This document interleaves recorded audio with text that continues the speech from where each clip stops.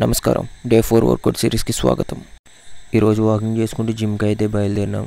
వెళ్ళేదారిలో చూసుకుంటే మంచు బీభత్సంగా ఉంది భయ్య. తెల్ల ముబ్బు కమ్మినట్టుగా కమ్మేసింది భయ్య.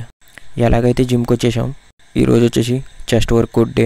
బెస్ట్ వేరియేషన్స్లో ట్రైన్ చేసి చూపిస్తాం. ఫస్ట్ వర్కౌట్ వచ్చేసి బెంచ్ ప్రెస్ అనమాట. బెంచ్ ప్రెస్లో 3 వేరియేషన్స్. ఫస్ట్ వచ్చి flatted bench press. Second variation వచ్చేసి ఇంక్లైన్ బెంచ్ ప్రెస్. బెంచ్ ప్రెస్లో చాలామంది చేసే మేజర్ మిస్టేక్స్ ఇవే. అవేంటంటే మన హ్యాండ్స్ని షోల్డర్ స్ట్రైట్ లైన్లో ఉంచి ప్రెస్ చేస్తారు. అలా చేయకూడదు. మన హ్యాండ్స్ ఎల్బోస్ యారో షేప్లో ఉంచి బార్బెల్ని చెస్ట్ మీదకి వచ్చేలా ప్రెస్ చేయాలి. సో బెంచ్ ప్రెస్లో థర్డ్ వేరియేషన్ వచ్చేసి డిక్లైన్ బెంచ్ ప్రెస్. సో ఇది మన లోవర్ చెస్ట్ కోసం.